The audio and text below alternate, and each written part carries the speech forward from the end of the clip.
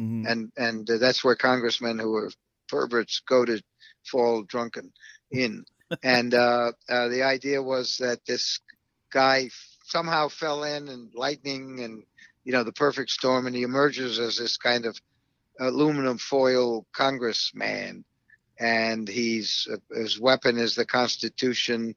And there was something else, but I can't remember what it was. And Stan was ecstatic; he loved it. Oh. But nothing happened. It sounds amazing. I mean, why not resurrect? It's a great like idea, especially now. It'd be perfect. Oh, it'd be perfect. Right? See, I think we stumbled upon your next movie. You could battle Kentucky turtles and also there's so many colorful people. Yeah, there's so much going on with the government today. I mean, it's ready.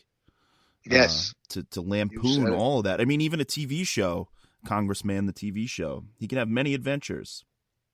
Well, you created Kabuki Man's Cocktail Corner, John Brennan, and it's much more successful than the original Sergeant Kabuki Man NYPD. No way. You and Doug Sackman.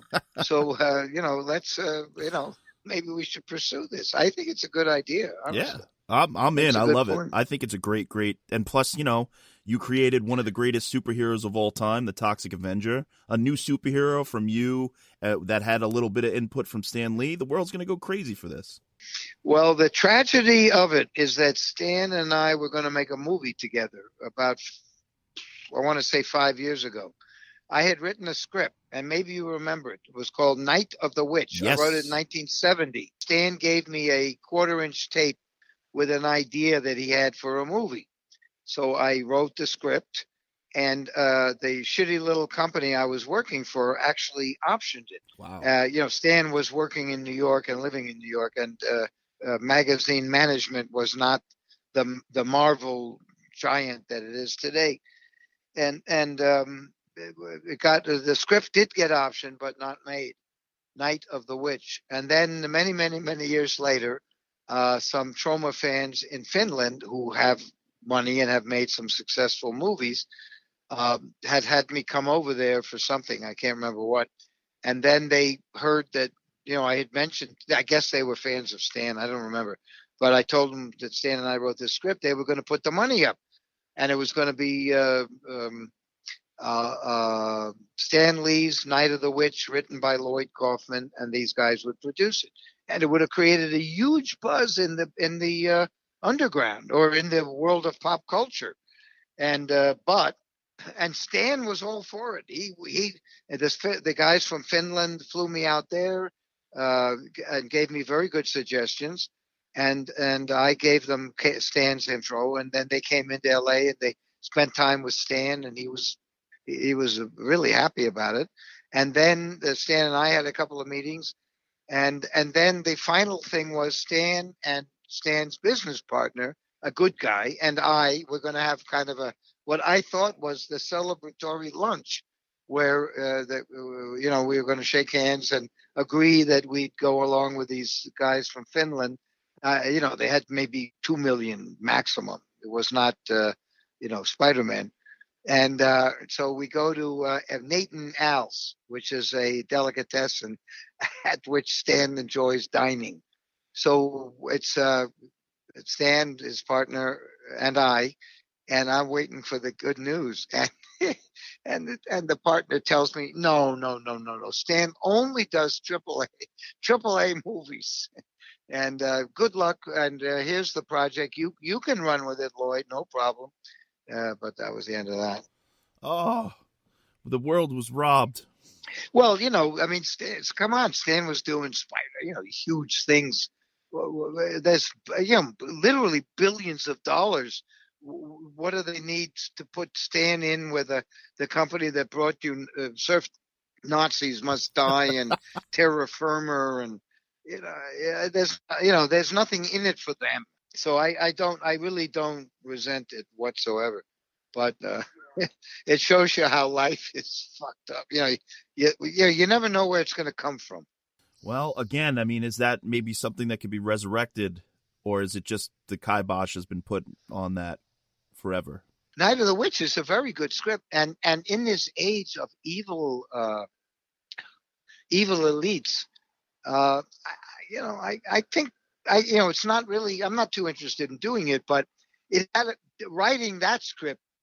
Stan had an idea for a witchcraft and who was the witch in Salem in modern day. And I came up with this idea that the witch was only killing bad guys. And in the exercise of writing that script, which never got made, that had obviously a big influence on Toxic Avenger. Oh, wow. That's what Toxie's all about. His Tromatons cause him to kill bad people. So it's kind of yin and yang, which was my major at Yale University. I didn't get much out of Yale other than Marvel Comics and a lot of drugs. But I majored in Chinese studies and the Taoism, Lao Tzu, and the idea of yin and yang came out of it. And, yes, the Night of the Witch never happened, but Toxic Avenger did happen. Incredible. So there's another title I know of. It's called Schlock and Schlockability. Was this something, how far along did this project? Because I know in the Troma basement when I worked there, I saw an actual poster for it. Yeah, we came close. It's another project where we came kind of close. We had a British company that there was Troma in Great Britain for a while. And Sir Harvey, something or other. His name was like Sir Harvey Weinstein, same guy, same name maybe. It was something like that. But he created Troma England, and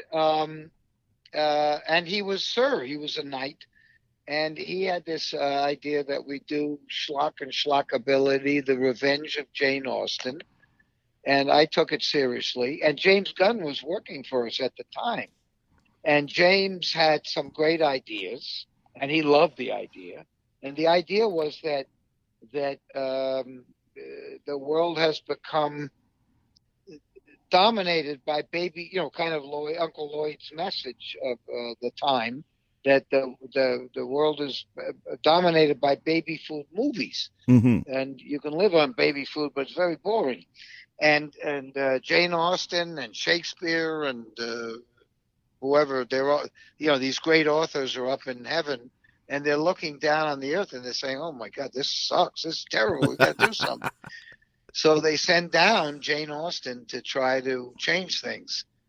And she comes down in the form of a super Tromet with heavy firearms. And it's very good. And James Gunn found a very good writer. He's really talented. He was a mailman. Oh, God damn it. And he wrote a great script. What? Charles Bukowski. No, it's not. A different kind of mailman. Yeah. But this guy is they still need mailman. I don't know. But very talented. He wrote a great draft. And, but unfortunately, Schlock and Schlockability, the Revenge of Jane Austen never happened. But it's still a good project. Wow. I mean, another one. Just let's get them all going. So I have two more of these projects I want to mention. One you told me about that was really intriguing, and I never saw any more information about it, was some sort of a road rage carpool movie. Yes. Back before Troma, something happened, and I came up with this idea of road hogs. Okay. And a bunch of guys, carpool guys, get together and they decide to go after road hogs. People who cut people off or people who go too slow in the fast lane, and they create this vehicle that is kind of a super vehicle. And, all of us have wanted to kill people on the highway. Oh, yeah. It was a great idea. And Jim Maloney, an agent in California. This is around 1971. He ran with it, but he couldn't go anywhere. And I was too lazy to write the script. But that's a great idea. Road hogs. Yeah, if anybody out there wants to do it, I'm very available. Okay, so one more final one. I've seen you, or heard you talk about this, and there was a moment in time when John Waters and Troma were going to produce the sequel to Pink Flamingos. Yes. That's pretty interesting. That would have been a great. Was that in the 80s? Well, I don't, I'm not good with dates, but clearly John Waters had been everywhere. No, Troma's the last stop on the train. So John Waters had been everywhere. And we agreed to make Flamingos 2. And then Divine died. Oh. But John Waters says that he turned down Troma because he saw our editing room and it was so disgusting that he took a hike. And yes, our editing room, as you know, John, is very disgusting. But no, I'm sorry, that is not correct. So it was Divine's passing away that. It was Divine's passing away. Yeah, we would have. Michael and I were okay with it. Yeah. Yeah, and you can't make Pink Flamingos 2 without Divine. I mean, there's no way to recast that role. Oh no. No. John Waters nor Michael Hers and Lloyd Kaufman would have wanted to do that. All right. Well, thank you so much, Mr. Lloyd Kaufman. This has been a goddamn pleasure. Well, thank you, Mr. John Brennan, and you are a great guy. And anything I can do, call on me. Oh my gosh, what a great interview. That was fantastic. I always love hearing Lloyd. Always love it. He never fails to entertain, and he always has great information, and I think I love him. Yeah, I mean, Lloyd is like a father figure, a mother figure, a lover figure, and a brother figure. Yeah, so what do we do now? What's next? Now, this is our first episode, so now I'm curious where we go. We just had an hour-long conversation. Yeah. What's next? Well, what's next on your docket? What we do next, and this is where we're going to make the big bucks. This is how we're going to break in, Josh. This is how Hollywood's going to come licking our booty holes, just like Richard Pryor and Marlon Brando did. Quincy Jones revealed that in an interview. We'll also share that. He said that Marlon Brando and Richard Pryor were lovers. And, Jones. So what we're going to do is we're going to pitch our own versions of what we would do if magic upon magic, dream upon dream, we were taxed with the idea that we have to make Indiana Jones 5, the screenplay. Oh, God. So like Cigar Man comes up to us. He's like, Josh, we need scripts for Indiana Jones 5 and 6. We love that Escalator pitch podcast, Johnny boy, Joshy boy. We need you to write a script for us. We need them now. But we don't have to make the script. We just have to give the little pitch, and it's a longer than an elevator pitch, but lesser than a full product. So it's the Escalator. You mind if I start? Go for it, man. Okay. I want to hear what you got. So this isn't really that fleshed out, but it's something that I've thought about for a while. So now, where we are from when the Crystal Skull time frame is, it would be in like the late 60s. I think Indiana Jones should start out during the Vietnam War, and he is helping this elderly Vietnamese couple who runs a little museum take their little artifacts and load it into a truck, and he's going to get it safely to like an American base where they can protect it. Because there's all bombs going off and crazy shit's happening. It's bedlam in Vietnam right now. And I don't know how to explain it, whether or not Indiana Jones is still married to Marion. Maybe she's away on some other thing, and this is like his like secret jaunt to get away from his married life or something like that. I need some time away from the missus, that sort of thing. Should Indy have like a young broad with him, or should we really just explore the idea that all old men are impotent? Oh, we go full, impotent. You make a whole bunch of blue pill jokes through the whole movie. Well, was there, I mean, what? Yeah, there was.